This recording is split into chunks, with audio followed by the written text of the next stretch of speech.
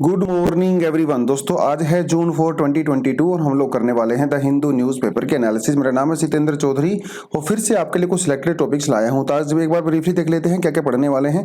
तो जगन्नाथ टेम्पल के बारे में पढ़ेंगे। इसके बारे में पहले से कंट्रोवर्सी चल रही है, सुप्रीम कोर्ट ने इसके बारे में क्या कहा है और क्यों कहा है उसको थोड़ा सा देखेंगे। फिर थोड़ा सा एक टॉपिक पढ़ने वाले हैं रिलीजियस कन्वर्जन के बारे में, क्योंकि सुप्रीम कोर्ट के अंदर PIL फाइल की गई थी, उसमें भी सुप्रीम कोर्ट ने कुछ वर्डिक्ट यहाँ पे दिया है, उसके बारे में पढ़ेंगे। फिर देखने हैं जल जीवन मिशन के बारे में, जो कि राजस्थान में इसको दोबारा से रिवाइव किया गया है, नए तरीके से इनिशिएटिव लिए गए हैं, उसको थोड़ा देखने वाले हैं। फिर पढ़ेंगे PIL के बारे में, PIL क्या होता है और इसमें भी सुप्रीम कोर्ट ने कुछ खास चीज बोली है, उसके बाद थोड़ा देखने वाले हैं। New rules for the social media, थोड़ा सा 2 मिनट का टॉपिक है, इसको थोड़ा देखने वाले हैं। GS पेपर 3 में पढ़ेंगे ई वेस्ट रिसाइकलिंग के बारे में। एक्चुअली सरकार ने ड्राफ्ट जो है वो पेश किया हुआ है, अभी कानून तो नहीं बना है लेकिन थोड़ा सा देख लेंगे क्या है। इको सेंसिटिव जोन के बारे में सुप्रीम कोर्ट ने बहुत ही शानदार एक वर्डिक्ट यहाँ पे दिया है अबाउट आवर प्रोटेक्टेड एरियाज। और फिर हम लोग पढ़ने हैं आज का एडिटोरियल सेक्शन और यहाँ से हम लोग एक मेंस के लिए भी क्वेश्चन लिखने की कोशिश करेंगे। ठीक है जी, चलिए एक बार ब्रीफली देख लेते हैं कि आज फ्रंट पेज पे क्या है। फ्रंट पेज पे बहुत ही अनफॉर्चुनेट न्यूज़ है। जिस तरह से कश्मीरी पंडितों के ऊपर अटैक हो रहे हैं कश्मीर के अंदर, तो वहाँ पे पंडितों ने जो वैली को छोड़ना शुरू कर दिया है और बहुत सारे लोग एक्चुअली कश्मीर वैली को छोड़ के जम्मू आ रहे हैं, दिल्ली आ रहे हैं, वहाँ से बाहर निकल रहे हैं, जो कि बहुत ही अनफॉर्चुनेट इंसिडेंट है। और सरकार बहुत कोशिश कर रही है, उसके बावजूद भी सिचुएशन यहाँ पे इम्प्रूव होने का नाम नहीं ले रही है। तो थोड़ा सा ये टॉपिक पढ़ेंगे हम लोग, मतलब देख लेना आप लोग, खास नहीं है वैसे तो। इंटरनल सिक्योरिटी के पर्सपेक्टिव से इसको हम लोग कई बार डिस्कस कर चुके हैं, राइट। ये कोई खास नहीं है हमारे लिए, बाकी तो कुछ ऐसा है नहीं। आज सीधा चलते हैं अपने मेन न्यूज के ऊपर, जो कहता है new opportunities for the e waste recyclers. ठीक है, देखिए ई वेस्ट रिसाइकलर्स, रिसाइकलर्स जो होते हैं जो उसको रिसाइकिल करते हैं, उससे पहले हमारे मैन्युफैक्चरर्स होते हैं, फिर हमारे पास प्रोड्यूसर्स होते हैं, ठीक है, और उसके बाद फिर हमारे पास कलेक्टर्स होते हैं जो उसको कलेक्ट करते हैं। कलेक्ट करने के बाद रिसाइकलर्स होते हैं। ये पूरा प्रोसेस होता है। रिसाइकलर्स क्या करते हैं, जितना भी ई वेस्ट होता है उसमें से बढ़िया बढ़िया मटेरियल निकाल लेते हैं और उसको फिर मार्केट में बेच देते हैं। वो उनका एक्चुअली बिजनेस मॉडल होता है। तो अभी क्या है, रिसाइकलर्स के लिए एक नया अपॉर्चुनिटी आया है, वो क्या है उसके बारे में थोड़ा सा देखेंगे। वैसे पहले हम लोग बात कर चुके हैं ई वेस्ट रूल्स के बारे में, लेकिन ये पर्टिकुलर आर्टिकल क्या है वो थोड़ा सा देखने वाले हैं। देखिए, एक बहुत ही बड़ी कंपनी है जिसका नाम है एट्रो रिसाइकलिंग। एट्रो रिसाइकलिंग ये इंडिया में सबसे बड़ी कंपनी है जो कि इलेक्ट्रॉनिक वेस्ट को मैनेज करती है, उसको रिसाइकिल करती है। हालांकि इसकी ज्यादातर जो फंक्शनिंग है वो USA के अंदर, यूरोप के अंदर होती है, पर इंडिया में भी खासकर रुड़की के अंदर इसका बहुत बड़ा प्लांट है जहां पे ये इलेक्ट्रॉनिक वेस्ट को रिसाइकिल करती है। अभी इनका ये कहना है कि अभी फ्यूचर में इनको ज्यादा अपॉर्चुनिटी मिलेगी। क्यों मिलेगी? क्योंकि सरकार ने जो नए ड्राफ्ट रूल्स बनाए हैं, उस ड्राफ्ट रूल के तहत क्या होगा, जो भी मैन्युफैक्चरर्स होंगे या जो भी प्रोड्यूसर होंगे वो अपने ई वेस्ट का, पहले वो 30% करते थे, अभी वो 70% जो है उसको रिसाइकिल करेंगे। मतलब नए कानून के तहत अगर कोई कंपनी, मैन्युफैक्चरर, प्रोड्यूसर अगर वो ई वेस्ट जनरेट करता है तो उनकी खुद रिस्पॉन्सिबिलिटी है कि वो 70% को कलेक्ट करेंगे, उसको रिसाइकिल करेंगे। इसका मतलब ये है कि जो रिसाइकिल कंपनीज हैं वो इनको कॉन्ट्रैक्ट देंगी, तो ये पैसा कमाएंगे। इसको कहा जाता है एक्सटेंडेड प्रोड्यूसर रिस्पॉन्सिबिलिटी। मतलब भैया आप अगर प्लास्टिक के लिए भी हमारे पास है, ई वेस्ट के लिए भी है। अगर आप प्रोड्यूस कर रहे हो तो उसको मैनेज भी करो, अगर मैनेज नहीं कर सकते हो तो आपका लाइसेंस हम लोग कैंसिल कर देंगे। हालांकि बहुत सारा ई वेस्ट जो होता है वो इनफॉर्मल सेक्टर में भी किया जाता है, ठीक है, लेकिन जो इनफॉर्मल सेक्टर में होता है ना, वो काफी, उसको रिसाइकिल करने के लिए काफी हैजार्डियस मेथड यूज किए जाते हैं, सेफ हैंडलिंग नहीं होती है। हालांकि उसमें प्रॉफिट ज्यादा होता है क्योंकि उसमें ज्यादा मशीन वर्क वगैरह होता नहीं है ना, इक्विपमेंट वगैरह जो होते हैं वो भी कोई सेफ नहीं होते, बट स्टिल। तो इनका कहना है कि इस कंपनी का कहना है कि आने वाले समय में इनको बहुत ज्यादा बेनिफिट मिलेगा। और होता क्या है, जैसे मान लो कोई कंपनी, आपको एग्जांपल मान लो, हमने डेल का एग्जांपल दे दिया। डेल बहुत सारा ई वेस्ट जो है वो प्रोड्यूस करती है, तो सरकार ने डेल को रिस्पॉन्सिबिलिटी दे रखी है कि आपने 70% को मैनेज करना है। तो सरकार, ये डेल क्या करेगा, और ऐसा तो है नहीं डेल जो है घर घर में जाके ई वेस्ट को कलेक्ट करेगा, तो ये जो रिसाइकलर्स होते हैं वो उनको कॉन्ट्रैक्ट देगा, ठीक है, इनको तो बेनिफिट होने ही वाला है। और होगा क्या, ये जो डेल होता है ना, ये रिसाइकलर से सर्टिफिकेट भी परचेज कर सकता है। सर्टिफिकेट, अब ये बोलोगे आप सर सर्टिफिकेट क्या होता है, देखिए रिसाइकलर्स जो हैं वो जितना भी ई वेस्ट को रिसाइकिल करते हैं, मान लो 1 टन, तो उनके पास जो है 1 टन का सर्टिफिकेट हो जाता है। उसके सर्टिफिकेट कौन देता है, ये देता है हमारा सेंट्रल पोल्यूशन कंट्रोल बोर्ड। जिससे ये पता चल जाता है कि इस कंपनी ने इतना रिसाइकल किया है। अब ये कंपनी जो है उसको खरीद लेती है, तो इसका सीधा सीधा सा मतलब ये हुआ कि इस कंपनी ने ही उसको रिसाइकल किया है क्योंकि उसने इसके लिए पैसा पे किया है। ठीक है, तो ये नए रूल के तहत हम लोग करने वाले हैं। इसके बारे में पहले भी हम लोग पढ़ चुके हैं नए ड्राफ्ट के बारे में, जो कि 19 तारीख को ही आया था। हालांकि ये ड्राफ्ट है, अब ये प्रॉपर तरीके से कानून नहीं बना है, इस बिल को इंट्रोड्यूस नहीं किया गया है पार्लियामेंट में, बट स्टिल तो इसमें जो है 4 तरह की रिस्पॉन्सिबिलिटी की बात कही गई है, मैन्युफैक्चरर, प्रोड्यूसर, और मतलब 3 तरह की, और रिफर्बिशर और अभी रिसाइकलर्स। ठीक है, तो ये इसको आप जोड़ सकते हो यहाँ पे। हालांकि रिसाइकलर के ऊपर ऐसी कोई बाइंडिंग वो टारगेट्स नहीं है, बट स्टिल ठीक है, ये भी इसी प्रोड्यूसर इसी के पार्ट होता है ना। रिफर्बिशर तो वो होते हैं जो हमारे सिटी में जो जैसे मोबाइल वगैरह ठीक करते हैं, लैपटॉप ठीक करते हैं, रेफ्रिजरेटर वगैरह वो ठीक करते हैं, उनको रिफर्बिशर बोलते हैं। उनकी भी रिस्पॉन्सिबिलिटी होती है उसको रिसाइकिल करने की, उसको मैनेज करने की। उनको भी ऑनलाइन पोर्टल के ऊपर अपने आप को रजिस्टर कराना पड़ता है, ये बताना पड़ता है कि हम लोगों ने कितना ई वेस्ट जनरेट किया। ठीक है, उसके अलावा जो मैन्युफैक्चरर्स होते हैं उनको भी रजिस्टर करना पड़ता है, जो प्रोड्यूसर होते हैं उनको भी रजिस्टर करना पड़ता है।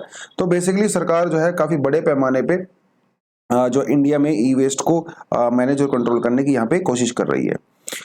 नेक्स्ट हमारे पास आता है जल जीवन मिशन इन राजस्थान। और वैसे तो जल जीवन मिशन पूरे इंडिया के लिए है, राजस्थान में इसको लेकर कुछ स्टेप लिए गए हैं, कुछ समितियां बनाई गई हैं, कुछ लोकल लेवल पे कमिटीज बनाई गई हैं जो इसको थोड़ा सा और ज्यादा इंपैक्ट करेंगी। देखिए, जल जीवन मिशन की अगर हम लोग बात करें, जल जीवन मिशन जो है वो उसका क्या टारगेट है? उसका टारगेट है कि 2024 तक हर घर के अंदर ड्रिंकिंग वाटर होगा, जो कि हम लोग किससे लेके आएंगे? टैप के थ्रू लेके आएंगे, मतलब जो टूटी होती है। 2024 तक हर घर में टूटी से पीने का पानी पहुंचेगा। ठीक है, हर आदमी को एक दिन में 55 लीटर पानी मिलेगा। 55 litre of water will be provided to every person per day according to this scheme, हर गांव के अंदर। ठीक है, तो ये है कुछ इस तरह से चीजें।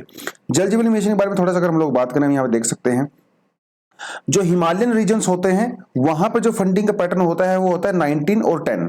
ठीक है, जैसे आपको उत्तराखंड, हिमाचल वगैरह हो गया, नॉर्थ ईस्ट स्टेट हो गए, ठीक है, वहां पे भी। लेकिन जो दूसरे स्टेट होते हैं वहां पे 50-50 की फंडिंग होती है, मतलब राजस्थान में 50-50 का फंडिंग है, लेकिन राजस्थान की सरकार कह रही है कि आप प्लीज 90-10 कर दीजिए, जो कि सरकार ऑफ कोर्स नहीं करेगी। ठीक है, यूनियन टेरिटरी के लिए 100% फंडिंग वो सेंट्रल गवर्नमेंट करती है। तो ये थोड़ा बहुत आपको इसको पता होना चाहिए। और इसका बेसिकली जो मेन मोटो होता है वो होता है हर घर जल।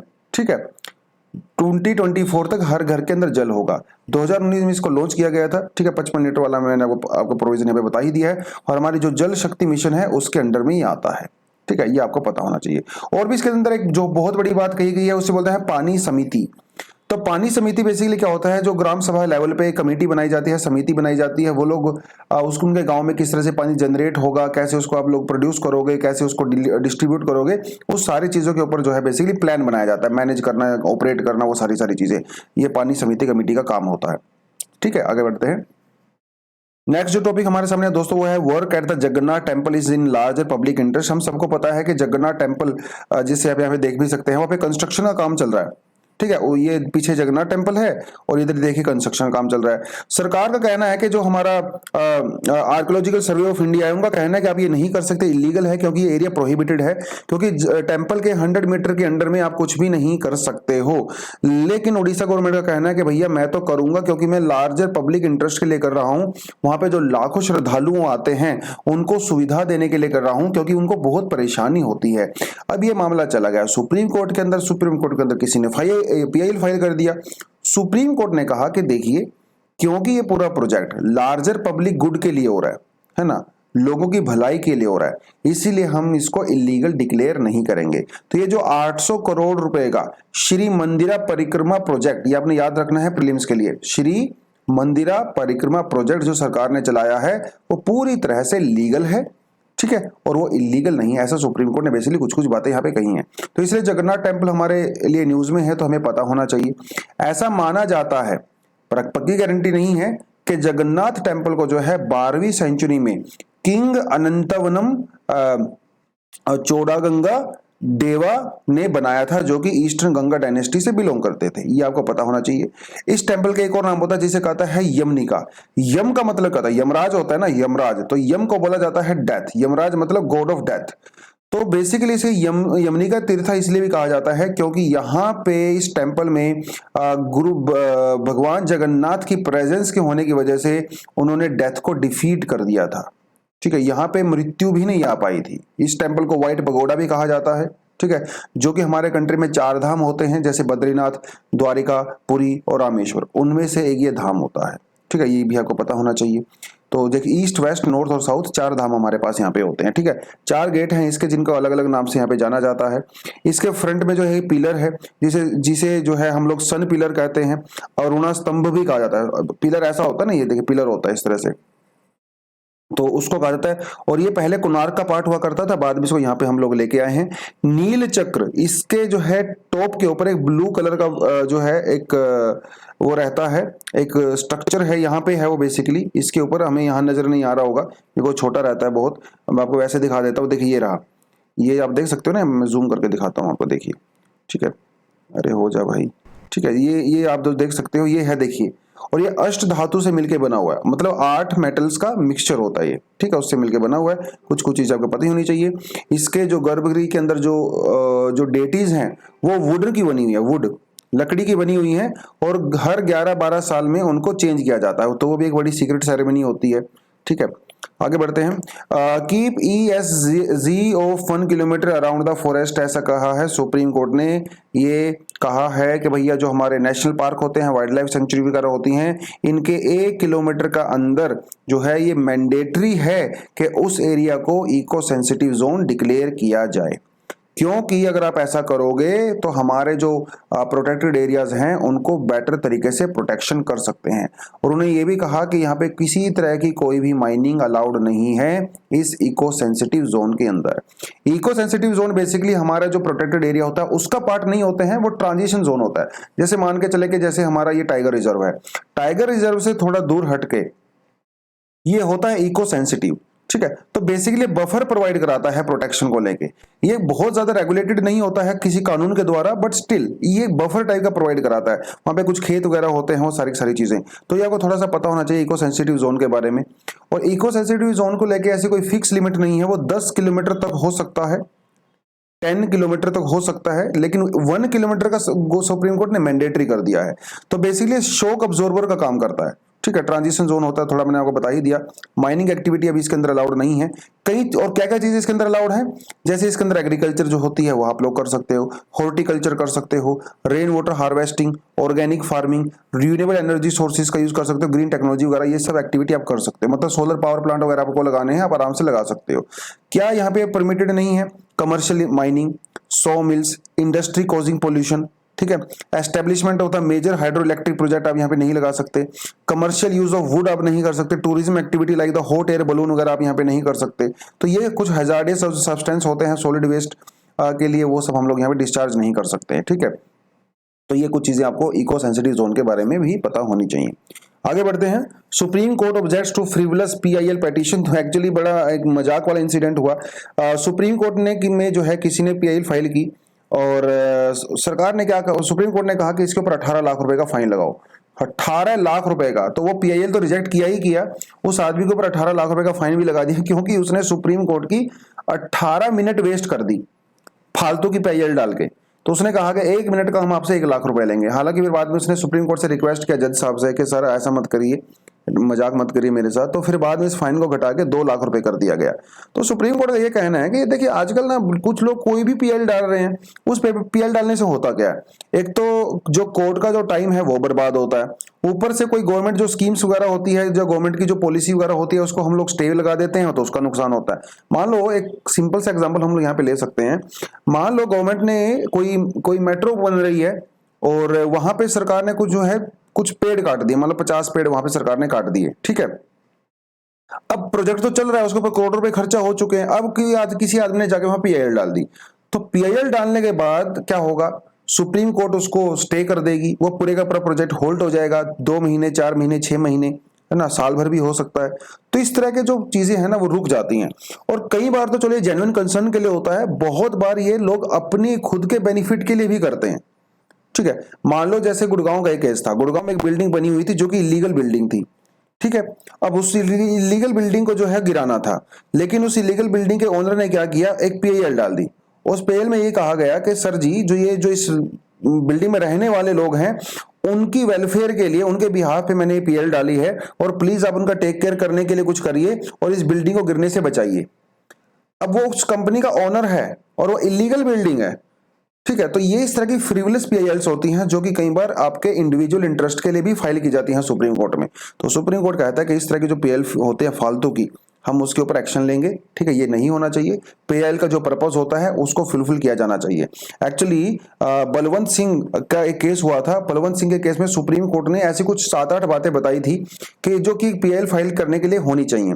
क्या क्या होती हैं वो थोड़ा आपको पता होना चाहिए। जैसे पहले तो जो पेटिशनर है, जो पीआईएल फाइल कर रहा है, उसके क्रेडेंशियल्स पता होने चाहिए कि भाई वो आदमी जेन्युइन होना चाहिए। पहली बात तो ये, उसको एंटरटेन करने से पहले। दूसरी बात, उसका जो पीएल का कंटेंट होता है वो प्रॉपर तरीके से चेक होना चाहिए, उसकी करेक्टनेस चेक होनी चाहिए। तीसरी बात, वो जो पीएल होती है वो लार्जर पब्लिक इंटरेस्ट में होनी चाहिए, ठीक है, और अर्जेंट मैटर होना चाहिए। चौथी बात, वहां पे जो है प्रायोरिटी बेसिस पे जो है क्या है वो देखना चाहिए। There is no personal gain, जैसा कि बिल्डिंग वाले केस में वो सब नहीं होना चाहिए, ठीक है। और उसके पीछे मोटिव क्या है, पीआईएल के पीछे डायरेक्टली या इनडायरेक्टली कोई बंदा बेनिफिट तो नहीं हो रहा है, वो यहाँ पे देखने की जरूरत है। और दूसरी बात ये कि वो जेन्युइन जो है पब्लिक हार्म और पब्लिक इंजरी अगर कहीं पे होती है किसी एक्शन को लेके, उसके केस के बारे में होना चाहिए। तो कुछ कंडीशन सुप्रीम कोर्ट ने रखी थी, और जहां पे पीएल फाइल की जाती है, पीएल के बारे में आपको पता होना चाहिए, जो ह्यूमन राइट्स एंड इक्वालिटी और जो पब्लिक मैटर होते हैं, है ना, जैसे मान लो कहीं पे पोल्यूशन हो रहा है, कुछ भी हो रहा है, तो इस तरह के पब्लिक मैटर्स जो है आप डायरेक्ट जा सकते हो। अब देखिए, मान लो कोई स्लम एरिया है, कोई झुग्गी झोपड़ी वाला एरिया है, सरकार ने कहा कि हम इसको यहाँ से खत्म करने वाले हैं, लेकिन सरकार ने उनकी रिहेबिलिटेशन के लिए कोई प्लान नहीं बनाया। तो आप जो है, आप भी, मैं भी, कोई भी इंसान उन स्लम ड्वेलर्स के बिहाफ पे सुप्रीम कोर्ट में जा सकता है। इसे कहते हैं पीआईएल। आप किसी और के बिहाफ पे जा सकते हो। और बहुत बार ऐसा भी होता है सोशल मीडिया वगैरह पे, कोई अगर इस तरह की न्यूज है या न्यूज़पेपर की कोई कटिंग्स वगैरह होती है न्यूज़पेपर में, अगर वहां पे भी इस तरह की कोई न्यूज आती है जो कि सुप्रीम कोर्ट को लगता है कि यार ये तो पब्लिक के लिए गलत हो रहा है, उस केस में भी सुप्रीम कोर्ट सू मोटो, मतलब खुद से एक्शन ले सकता है। इसे कहते हैं पीआईएल। हालांकि हमारे लीगल सिस्टम के अंदर कहीं पे भी इसको डिफाइन नहीं किया गया। ये एक हमारे कोर्ट का खुद का लिया हुआ एक इनिशिएटिव है जो कि बहुत जबरदस्त है, ठीक है। तो आप यहाँ पे कुछ पीआईएल का एग्जांपल देख सकते हो जो कि लैंडमार्क डिसीजन दिए गए थे। 2G judgement, Indira Sahni judgment, है ना, abolition of section 377, ban on the sale of the fire cracks in the NCR region. तो ये कुछ पीआईएल के बेसिस पे ही एक्चुअली डिसीजन दिए गए थे। आगे बढ़ते हैं। कंट्रोल एंड डिबेट थोड़ा कॉम्प्लिकेटेड सा है ये, लेकिन बात यह है कि अभी इसके लिए कोई कानून नहीं बनाना, अभी सिर्फ ड्राफ्ट है। जब इसके लिए कानून बनेगा तो हम लोग डिटेल में डिस्कस करेंगे। अभी थोड़ा सा बता देता हूं। पिछले साल सरकार ने आईटी रूल्स रिलीज किए थे, ठीक है, पिछले साल। उन रूल्स के तहत ये कहा गया था कि भैया जो सोशल मीडिया कंपनी होती हैं, जब फेसबुक, ट्विटर वगैरह, ये लोग क्या करेंगे, इंडिया में एक ग्रीवेंस ऑफिसर को अपॉइंट करेंगे। अगर किसी आदमी को कोई ग्रीवेंस होता है सोशल मीडिया पे किसी पोस्ट को लेके कुछ भी, तो वो इसके पास कंप्लेंट लेके जाएगा और ये आदमी उसके ऊपर एक्शन लेगा। अब क्या एक्शन लेगा उसके लिए वो रीजन भी बताएगा, ठीक है। मान लो किसी आदमी ने फेसबुक के ऊपर जो है वो प्रेप आईएएस के लिए बहुत जो है बुरी बुरी बातें बोल दिया, ऐसा हो सकता है। तो अगर मैं इस ऑफिसर के पास जाऊंगा तो इस ऑफिसर वो इस पोस्ट को रिमूव कर भी सकता है, नहीं भी कर सकता है। तो वो कारण बताएगा कि मैंने रिमूव किया तो क्यों किया, रिमूव नहीं किया तो क्यों नहीं किया। अब मान लो उसने रिमूव नहीं किया, जिसने कंप्लेंट फाइल की थी, अब वो आदमी उससे खुश नहीं हुआ, तो वो कहां जा सकता है, वो कोर्ट में जा सकता है। अभी उसके पास ही ऑप्शन होता है कोर्ट में जाने का। लेकिन सरकार ये कह रही है कि आम आदमी कोर्ट में तो जा नहीं सकता, उस पर तो बहुत खर्चा होता है, बहुत सारी चीजें होती हैं। तो हम लोग क्या करेंगे, एक गवर्नमेंट के द्वारा अपॉइंट करेंगे एक अपेलेंट कमिटी। तो वो आदमी उस ऑफिसर के डिसीजन के अगेंस्ट में कोर्ट जाने की बजाय उस गवर्नमेंट अपॉइंटेड कमिटी के पास जा सकता है, अपील कर सकता है। अब वो उसको देखने वाली है कि भैया इसको हटाएं कि ना हटाएं। बेसिकली जो ग्रीवेंस ऑफिसर का डिसीजन है उसको रेगुलेट और मॉनिटर करने के लिए सरकार ने यह कमेटी बनाई है। बहुत ज्यादा इसको क्रिटिसाइज किया जा रहा है, ऑफ कोर्स यही जाएगा। अब मान के चलिए कि गवर्नमेंट ऑफिशियल है कोई, या कोई मंत्री है, उसके खिलाफ किसी ने कुछ बोल दिया, वो पब्लिक का हक है, कोई कुछ भी बोल सकता है, कोई दिक्कत नहीं है उसमें, है ना। क्रिटिसिज्म करना तो डेमोक्रेसी का एक बिल्कुल बैकबोन होता है ना। अब मान लो आपने गवर्नमेंट की पॉलिसी को, मान लो जल जीवन मिशन की ही बात कर लेते जो हम लोगों ने किया था। बाई चांस किसी ने मान लो जल जीवन मिशन को क्रिटिसाइज कर दिया, अब क्या होगा, अब कोई आदमी जो है, क्योंकि ये हम लोग क्रिटिसिज्म कर रहे हैं, तो पहले वो ग्रीवेंस ऑफिसर के पास जाएगा। ग्रीवेंस ऑफिसर को लगेगा नहीं भाई ये तो बिल्कुल सही है, क्रिटिसिज्म तो थोड़ा जेन्युइन है, होना चाहिए। फिर आप जाओगे गवर्नमेंट पॉलिसी के अपील के बारे में, ये क्या करेंगे, उसको हटवा देंगे बोल के। तो ऐसे तो क्या होगा, आप किसी मंत्री के खिलाफ, किसी गवर्नमेंट ऑफिशियल के खिलाफ आप क्रिटिसिज्म कर ही नहीं पाओगे। तो ये एक तरह से क्या होगा, एक रेगुलेटरी मैकेनिज्म हो गया और ये पता नहीं कहां पे जाकर रुकेगा। तो अगर ये हो जाता है लागू, तो फिर आप कुछ भी किसी के खिलाफ नहीं बोल पाओगे। तो हमारी जो फ्रीडम ऑफ स्पीच है, ठीक है, फ्रीडम ऑफ एक्सप्रेशन है, बेसिकली उसका ये वायलेशन भी होगा। और अभी तो कोर्ट में मामला जाएगा, खैर अभी तो सिर्फ ये प्रपोजल आया है, देखना रहेगा इसमें क्या होने वाला है। दोस्तों आगे बढ़ते हैं। Conversion unless forced is not prohibited. तो हुआ ये मामला पूरे का पूरा कि एक एडवोकेट साहब है जिनका नाम है अश्विनी कुमार उपाध्याय, और ये बहुत सारी पीआईएल डालते रहते हैं सुप्रीम कोर्ट में, इनका नाम आपने बहुत सुना होगा। और अभी इन्होंने ये पीएल डाला सुप्रीम कोर्ट के अंदर के, हाई कोर्ट के अंदर के, साहब जी देखो बहुत सारे रिलीजियस कन्वर्जन हो रहे हैं इंडिया में, ठीक है। वो रिलीजियस कन्वर्जन बहुत बार क्या होता है, पैसे के लालच में कर दिए जाते हैं, डरा के धमका के, बेनिफिट, ब्लैक मैजिक वगैरह के द्वारा कर दिए जाते हैं। तो आप प्लीज इन रिलीजियस कन्वर्जन के ऊपर रोक लगाइए, ठीक है, ऐसा उन्होंने कोर्ट के अंदर बोला। अब कोर्ट ने ये कहा कि देखो भैया, जो रिलीजन है, पहली बात तो ये कि कन्वर्जन जो है वो प्रोहिबिटेड नहीं है। किसी भी इंसान का हक है कि वो जो जिस धर्म के अंदर बिलीव करता है उसके अंदर कन्वर्ट हो सकता है, ठीक है, पहली बात तो ये। दूसरी बात ये कि जो आप ये बोल रहे हो, आपने इतनी बातें बोल तो दी, उसका प्रूफ क्या है, कोई डिटेल है आपके पास? तो उपाध्याय जी जो है बोले नहीं सर मेरे पास डिटेल तो नहीं है, लेकिन मेरे पास जो है सोशल मीडिया की बहुत सारी खबरें हैं। उन्होंने कहा भैया सोशल मीडिया, व्हाट्सएप यूनिवर्सिटी से जो है पीएचडी करके आए हो गया?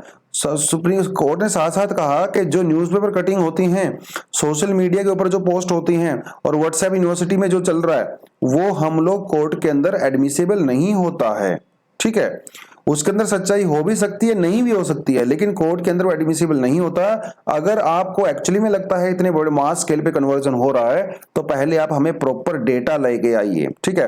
वो डेटा साइंटिफिक फाउंडेशन उसका होना चाहिए, गवर्नमेंट डेटा भी हो सकता है, लेकिन ये सोशल मीडिया के तो आप मेरा फालतू के टाइम बर्बाद मत करिए, आप यहाँ से निकलिए। तो बेसिकली ऐसा हाईकोर्ट ने, दिल्ली हाईकोर्ट ने बोल दिया, ठीक है। ये थोड़ा आपको पता होना चाहिए। कन्वर्जन को लेकर हमारे यहाँ पे कई सारे स्टेट के अंदर जो है ऑलरेडी कानून हो चुके हैं पास। हमारा आर्टिकल जो 25 है ये बात करता है freedom of profess, propagate and practise religion की बात करता है, तो हमारा फंडामेंटल राइट है, ठीक है। कोई भी पर्सन को आप फोर्सफुली आप कन्वर्ट नहीं कर सकते, that is illegal of course, ठीक है। और कोई भी सेंट्रल लेजिस्लेशन भी नहीं है, स्टेट्स ने अपने अपने बनाए हुए हैं, सेंटर ने अभी तक कोई भी कन्वर्जन को लेकर कानून नहीं बनाया है।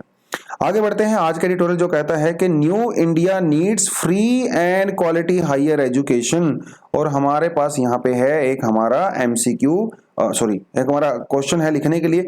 इसकी लैंग्वेज थोड़ी सी ऐसे जैसी है, ऐसे आज इसको आप इसको ऐसे समझ के भी लिख सकते हो, लेकिन उसके लिए इतना कंटेंट हमारे पास है नहीं, तो इसको मैंने इस फॉर्म में डाल दिया है। Free higher education for all can be a dream worth realized in India. मतलब इंडिया में जो फ्री हायर एजुकेशन होती है, ये एक ऐसा सपना है जिसको देखा भी जाना चाहिए और जिसको पूरा भी किया जाना चाहिए। आपको इसके बारे में क्या लगता है? आप इसमें अपना कमेंट बताइए। 150 वर्ड में 10 मार्क्स में मोस्टली कंटेंट आप यहां से कवर कर सकते हो, ठीक है।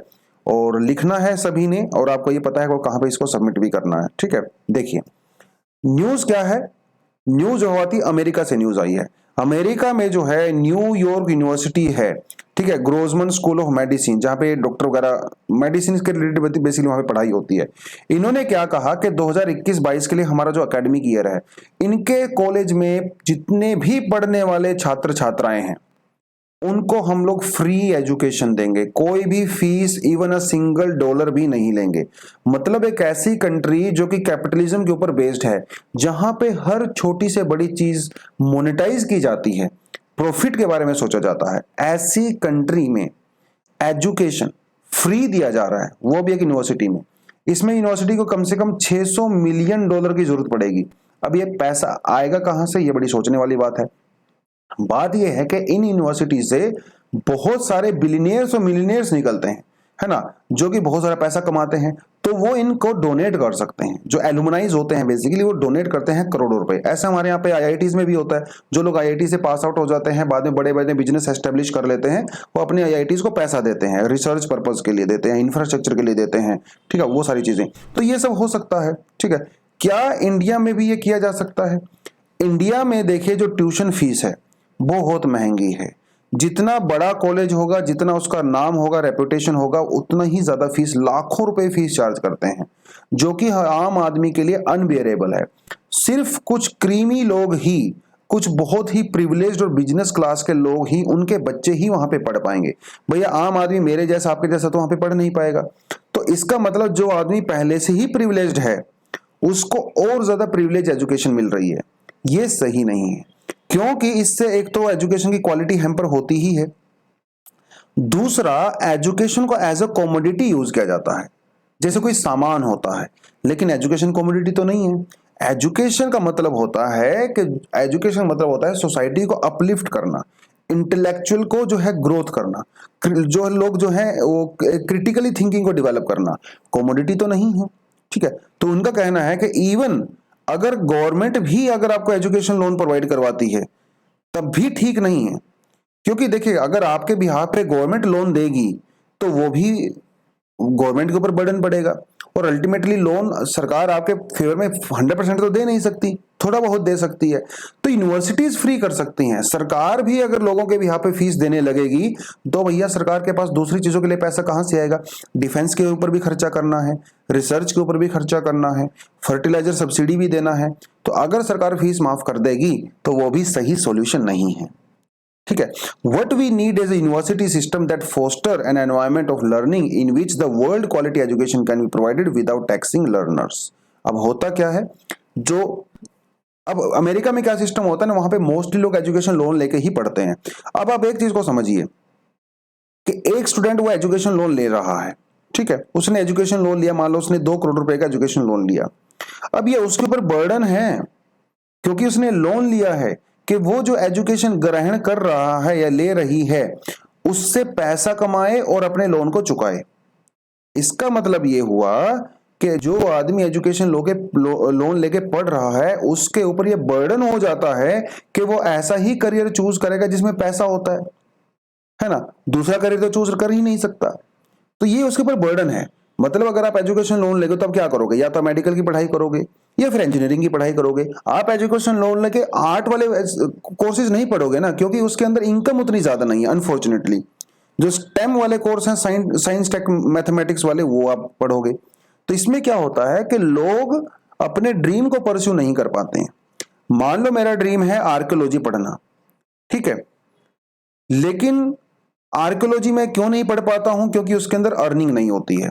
मजबूरी में मुझे ऐसा कोर्स पढ़ना पड़ता है जिसमें मेरा इंटरेस्ट नहीं है। मैं मैथ पढ़ूंगा, मैं साइंस पढ़ूंगा, मैं आईटी पढ़ूंगा, वो सारी चीजें, ठीक है।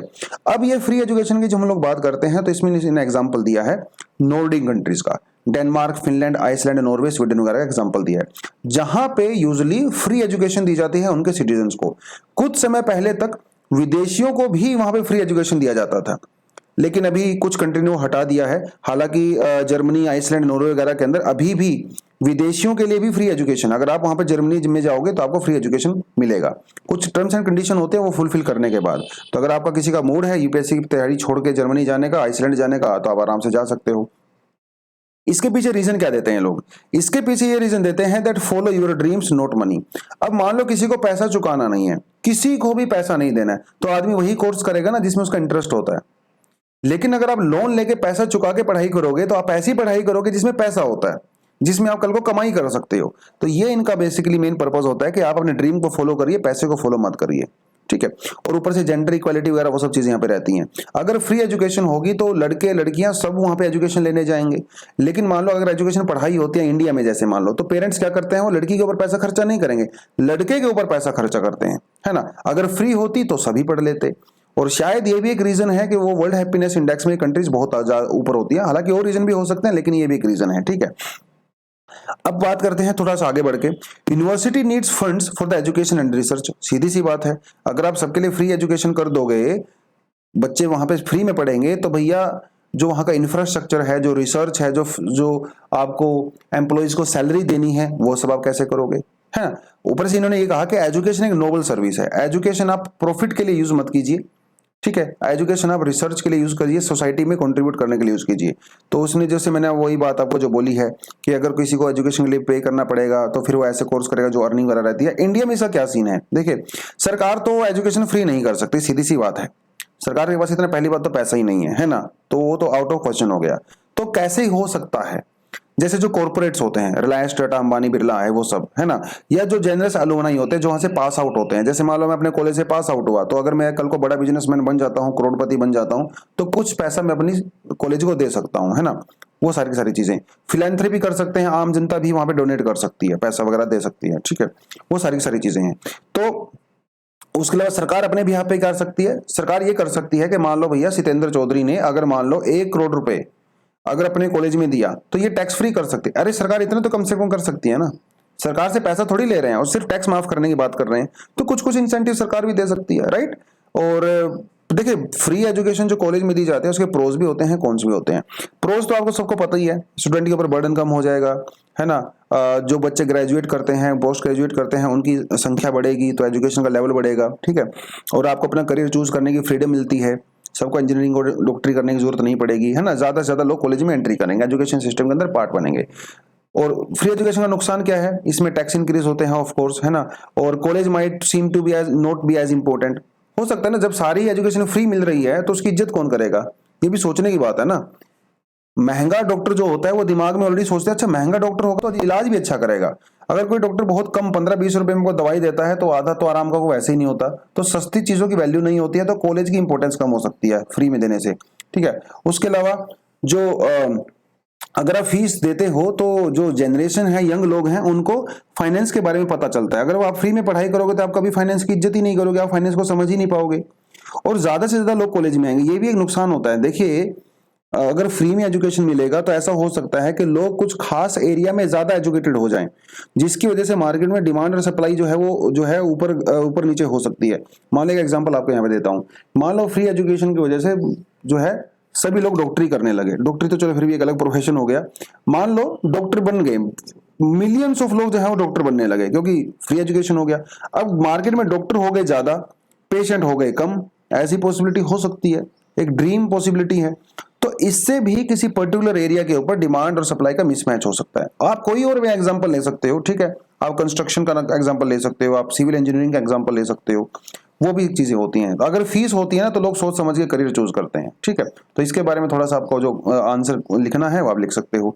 कल हम लोगों ने आपसे एटमॉस्फेयर के बारे में क्वेश्चन पूछा था, तो सही आंसर हमारे सामने है, atmosphere becomes thinner and thinner with the increasing altitude. जैसे जैसे आप हाइट पे ऊपर जाते हो एटमॉस्फेयर थिन होता रहता है, क्योंकि मोस्टली जो एयर होती है वो आपकी ग्राउंड के पास ही सिचुएटेड होती है। क्योंकि जो एक तो यहाँ पे एक बड़ा रीजन तो ग्रेविटी हो जाता है, क्योंकि ग्राउंड के पास ग्रेविटी ज्यादा होती है तो ज्यादातर गैस जो है नीचे ही कॉन्सेंट्रेट हो जाती है। और जो हैवी गैसेज होती हैं, जो मॉलिक्यूल्स होते हैं वो ग्राउंड की तरफ होते हैं, ऊपर एयर काफी थिन होती है, ठीक है। उस थिननेस की वजह से ऊपर प्रेशर भी कम होता है। तो जैसे जैसे आप ऊपर जाते हो प्रेशर भी कम होता रहता है, ठीक है। ज्योग्राफी का बेसिकली नॉर्मल सा कॉन्सेप्ट है ये। अभी जो the following are the characteristics of the igneous rocks. Igneous rocks दोस्तों वो होती हैं जो कि मैग्मा से बनती हैं। अर्थ के नीचे जो मैग्मा आता है वो जब मैग्मा बाहर आकर सॉलिडिफाई हो जाता है, ठीक है, तो उससे बन जाती है रॉक, जिसे कहते हैं इग्नियस रॉक। तो क्या कहता है इग्नियस रॉक के बारे में, they are hard and compact, of course hard होंगी, कॉम्पैक्ट होगी। They are granular and the crystalline, crystals बनते हैं उनके अंदर, ठीक है। क्रिस्टल जैसे जैसे वो ठंडी होती रहती है उनके अंदर क्रिस्टल्स बनते रहते हैं। तो वो सारी सारी चीजें हैं। They are more wide spread and consider, नहीं 75%, ये गलत है, यहाँ पे इतना इन्फॉर्मेशन नहीं है, ठीक है। 1 and 2 ओनली। आज के जो क्वेश्चन हमारे सामने है वो ये हैं, ज्योग्राफी वाले क्वेश्चन है। Which of the following rocks are not sedimentary rocks. बहुत आसान सा सवाल है, ठीक है। आपके एनसीईआरटी में आराम से ये हैंडल हो जाता है और आपके जीसी लोगों में भी इसका आंसर दिया हुआ है, ठीक है। तो जहां से आंसर करना है तो कर सकते हो, आसान सा सवाल है। Consider the following statement regarding the crust of the earth. तो ये भी ज्योग्राफी का सवाल है, ये भी एनसीईआरटी का सवाल है। दोनों क्वेश्चन आपके सामने हैं, स्क्रीन को पॉज कीजिए, नीचे कमेंट सेक्शन में आप आंसर कर सकते हैं, ठीक है। इजी क्वेश्चन तो सब हैंडल कर लेते हैं, थोड़ा सा टफ क्वेश्चन जो पढ़ के आंसर करना पड़ता है वो मैं आपसे पूछ रहा हूं आजकल, ठीक है। चलिए, तो यही था आज का पूरा एनालिसिस। कुछ एडिशनल आर्टिकल भी हमारे पास है, अगर आपका मन करे तो इसको भी पढ़ सकते हो। जुलाई में अपना फाउंडेशन कोर्स हम लोग लॉन्च कर रहे हैं, अगर किसी स्टूडेंट को ज्वाइन करना है आप उसको भी ज्वाइन कर सकते हो। नीचे डिस्क्रिप्शन में जाओगे तो वहां पे आपको व्हाट्सएप नंबर मिल जाएगा, आप गूगल फॉर्म भर के भी इंफॉर्मेशन ले सकते हैं। ठीक है दोस्तों, आज के लिए इतना ही। Thank you very much, all the best, Jai Hind.